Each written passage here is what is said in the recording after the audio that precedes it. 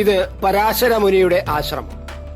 ഗംഗോത്രിയിലേക്ക് പോകുന്ന വഴിയില് ഗഗനാനി എന്ന സ്ഥലത്താണ് ഈ പരാശര മുനിയുടെ ആശ്രമമുള്ളത്.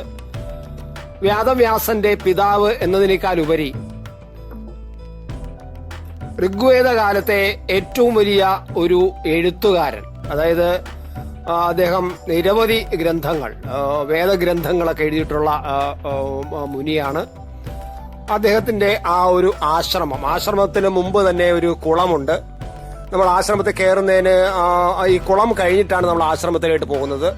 ഈ കുളത്തിന്റെ പ്രത്യേകത എന്ന് പറഞ്ഞാൽ ചൂട് നീരുറവയാണ്. അവിടെ നമ്മുടെ ടീമിലൊക്കെ പെട്ടവർ കുളിക്കുന്ന ആ ദൃശ്യങ്ങളാണ് നമ്മൾ ഈ കാണുന്നത്. നല്ല ചൂടുവെള്ളമാണ്. ആ ചൂടുവെള്ളത്തിൽ കുളിക്കാം. കുളി കഴിഞ്ഞിട്ട് ആണ് നമ്മളൊന്ന് ആശ്രമത്തിലേക്ക് കയറുന്നത്. നമുക്കിനി ആശ്രമത്തിലേക്കൊന്ന് പോകാം.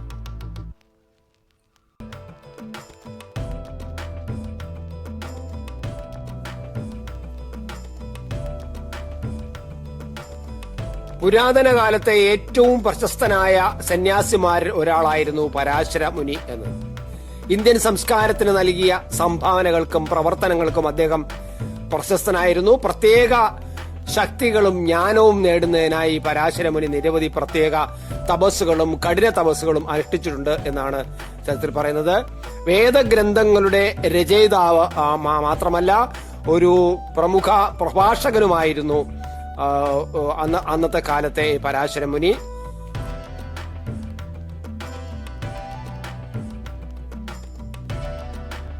അദ്ദേഹം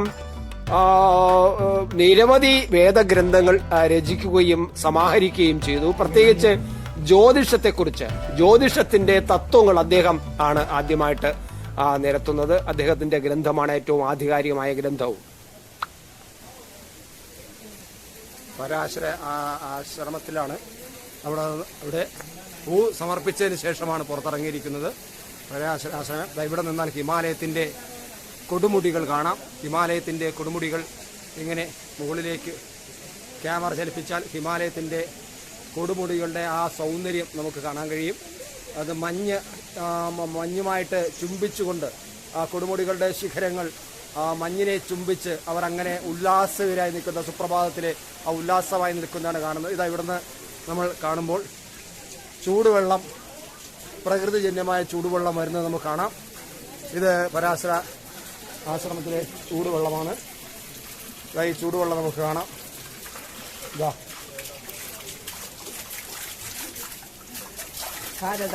അത് തണുത്ത വെള്ളമാണ്. ധാര ചെയ്യാൻ വേണ്ടിയുള്ള തണുത്ത വെള്ളമാണ്.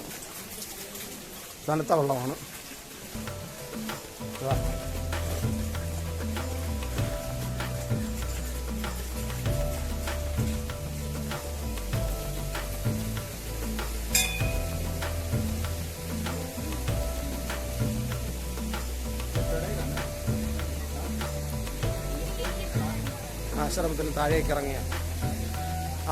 നിന്നും താഴേക്ക് ഇറങ്ങുകയാണ്.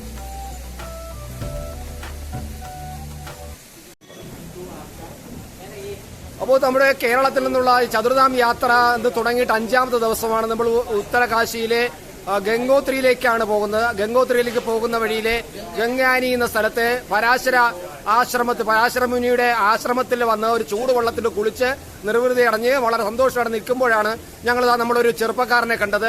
മലയാളിയാണ് അദ്ദേഹം. ഇവിടെ 4 വർഷമായിട്ടുണ്ടെന്ന് പറയുന്നു. ബാക്കി കാര്യങ്ങളൊക്കെ നമുക്ക് അദ്ദേഹത്തിനോട് ചോദിക്കാം. നമ്മൾ മലയാളിയാണ്. ഒരു പയ്യൻ, കൊച്ചു പയ്യൻ, മിടുക്കനായ പയ്യൻ അവിടെ ഉണ്ട്. അദ്ദേഹം ആർമിയിലാണ്. പേരെന്താണ്? ധീരജവാനാണ്. നമ്മുടെ ജവാന്മാരിലെ ധീരജവാൻ പ്രണവാണ്. പ്രണവിന്റെ സ്ഥലം എവിടെയാണ്? കോഴിക്കോട് വടകരയാണ് അല്ലെ? അപ്പോ ഈ ആർമിയിൽ ജോയിൻ ചെയ്തിട്ട് എത്ര വർഷമായി? 4ാമത്തെ വർഷം. അപ്പൊ ആദ്യം മുതലേ ഇവിടെ തന്നെയാണോ? അല്ലല്ല, ഞാൻ ഇപ്പൊ ഫസ്റ്റ് പോസ്റ്റിംഗ് ഉത്തരാഖണ്ഡിലേക്കാണ് വന്നത്. ഉത്തരാഖണ്ഡില് ഈ വളരെ പരിപാവനമായ സ്ഥലത്തേക്കാണ് ആദ്യം കിട്ടിയത് അല്ലേ? അത് വളരെ സന്തോഷമല്ലേ? വളരെ മനോഹരമല്ലേ? അതൊരു ഭഗവാന്റെ കൃപ അല്ലെങ്കിൽ അനുഗ്രഹമല്ലേ അത്? തീർച്ചയായിട്ടും അങ്ങനെയല്ലേ? അപ്പൊ എന്താണ് ആർമിയിൽ എന്താണ് ജോലി? എന്ത് ചെയ്യുന്നു? എന്താണ് പോസ്റ്റ്? ഞാൻ എഞ്ചിനീയർ ആണല്ലേ? ഓക്കെ. അപ്പൊ വീട് പിന്നെ കോഴിക്കോട് പറഞ്ഞു. അതിന്റെ ബാക്കി ഡീറ്റെയിൽസ് സ്ഥലം എവിടെയാണ്? കോഴിക്കോട് പയ്യോളിയാണ്. അപ്പൊ വീട്ടിൽ ആരൊക്കെ ഉണ്ട്? വീട്ടിൽ അമ്മ, അനിയത്തി, അച്ഛൻ? 5 വർഷമായി അല്ലേ? അപ്പോൾ പിന്നെ അമ്മ തന്നെയാണ് പഠിപ്പിക്കുകയൊക്കെ ചെയ്തത്. അമ്മയ്ക്ക് എന്തെങ്കിലും ജോലിയുണ്ടോ? ഇല്ല, അമ്മ അവസരം ഉണ്ടായിരുന്നു, അതൊക്കെ വിട്ടിരുന്നു. ആണല്ലേ? അപ്പം നിങ്ങളെ ഒരു ചുണ കൊണ്ടാണ്, അമ്മയുടെ ഒരു ശിക്ഷണത്തിലാണ് പഠിച്ച് മിടുക്കനായി നമ്മുടെ രാജ്യത്തെ പിന്നെ സേവിക്കാനുള്ള ഒരു അവസരം കിട്ടി. അതും ഭഗവാന്റെ തിരുനടയിൽ തന്നെയാണ് ആദ്യമായിട്ടൊരു സേവനം കിട്ടിയത്, ഒരു അവസരം കിട്ടി. വളരെ സന്തോഷമല്ലേ അത്? തീർച്ചയായിട്ടും നമ്മുടെ പ്രണവ് പയ്യൻ വളരെ സന്തോഷമായിട്ടാണ് നിൽക്കുന്നത്. പിന്നെ അനിയത്തി എന്ത് ചെയ്യുന്നു?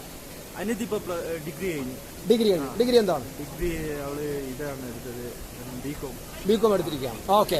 അപ്പൊ അനിയത്തിയാണുള്ളത്. ഇനിയിപ്പം വീട്ടിന്റെ ചുമതല മുഴുവനും ഈ ജവാന്റെ, നമ്മുടെ ഈ ധീര ജവാന്റെ കൈകളിലാണ്. എന്തായാലും നമ്മുടെ രാജ്യത്തിന്റെ സുരക്ഷിതവും തന്റെ കുടുംബത്തിന്റെ സുരക്ഷിതവും ഈ പയ്യൻ നമ്മുടെ പ്രണവിന്റെ കയ്യിലാണ്. തീർച്ചയായിട്ടും ഭഗവാന്റെ അനുഗ്രഹങ്ങൾ കിട്ടട്ടെ എന്ന് ഞങ്ങളുടെ യാത്രയിൽ പങ്കെടുത്ത എല്ലാവരുടെയും പേര്, നമ്മുടെ ടീം ലീഡർ പിന്നെ പ്രകാശ് ഇവിടെ എല്ലാം കേട്ടുകൊണ്ടിരിക്കുന്നു. ടീം ലീഡർ എല്ലാം കൂടെ പറയുന്നു. ഞങ്ങളുടെ എല്ലാവരുടെയും അനുഗ്രഹം, ഞങ്ങളുടെ എല്ലാവരുടെയും മനസ്സ് ഈ പ്രണവോട്. ജയ് ജവാൻ.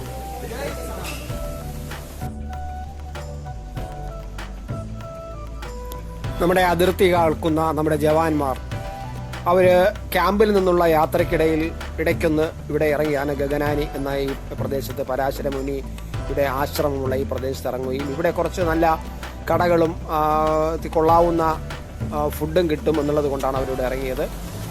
നമ്മൾ കാണാം ചെറിയ പെട്ടിക്കടകൾ പോലത്തെ കടകൾ. അവിടെ നിന്നും അവർ ആഹാരം കഴിക്കാൻ ഇറങ്ങുകയും അവിടെ കുറച്ച് നേരം വിശ്രമിക്കുകയും ചെയ്തിട്ടാണ് അവർ പോകുന്നത്. അതിലുള്ള ഒരു ജവാനെയാണ് നമ്മൾ നേരിട്ട് കാണുകയും അദ്ദേഹത്തിന്റെ ചില അഭിപ്രായങ്ങൾ നമ്മൾ ചോദിച്ചറിയുകയും ചെയ്തത്.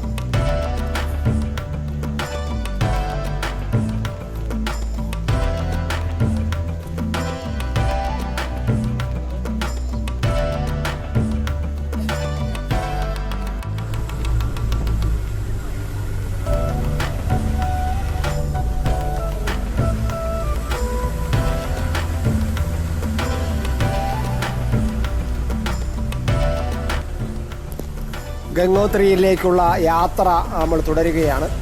ഗംഗോത്രി ഗംഗാ നദിയുടെ ഉത്ഭവ കേന്ദ്രം എന്ന് വിശ്വസിക്കുന്നത്. എന്നാൽ യഥാർത്ഥത്തിൽ ഗംഗോത്രി ക്ഷേത്രത്തിന് അവിടെ നിന്ന് വീണ്ടും കിലോമീറ്ററോളം ഉള്ളിൽ പോയി ഗോമുഖ് എന്ന സ്ഥലത്തെത്തിയാൽ മാത്രമേ ഗംഗാ നദിയുടെ ഉത്ഭവം കാണാൻ കഴിയൂ. പക്ഷെ നമുക്ക് അങ്ങോട്ട് പോകാൻ ഇപ്പോൾ കഴിയുന്നില്ല. ഗംഗോത്രി ക്ഷേത്രം വരെ പോയി അവിടെ ചെന്ന് ഗംഗയുടെ ഉത്ഭവ കേന്ദ്രം കണ്ട് മടങ്ങാനാണ് ഞങ്ങൾ ഉദ്ദേശിക്കുന്നത്.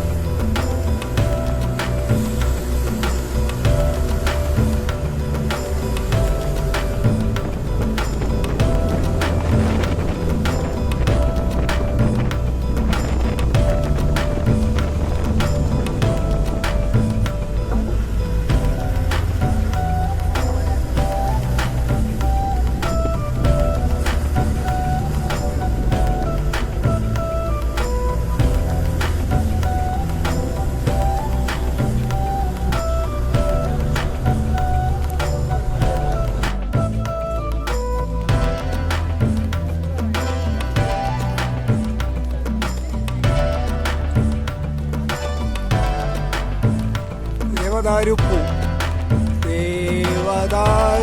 പൂത്തു.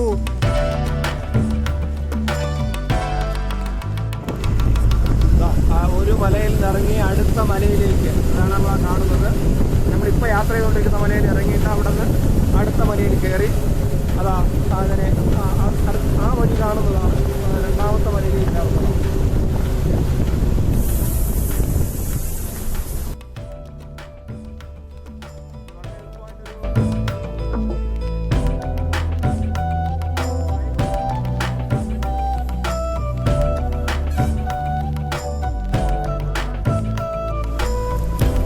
ഇവിടെ നമ്മൾ ഈ കാണുന്നത് ആപ്പിൾ മരങ്ങളാണ്.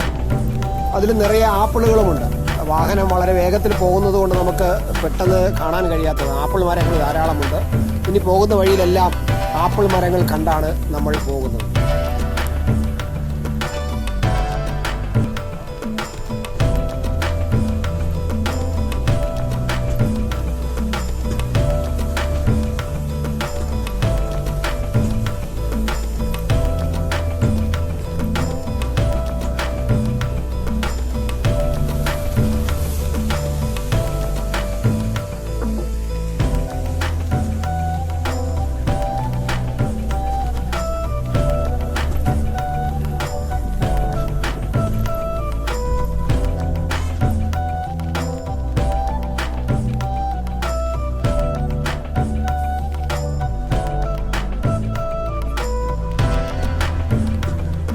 യാത്രാനുഭവങ്ങളും ദൃശ്യങ്ങളും കൂടുതൽ അറിയാൻ ത്രിലോക് ഭാരതി മലയാളം ചാനൽ സബ്സ്ക്രൈബ് ചെയ്യുക.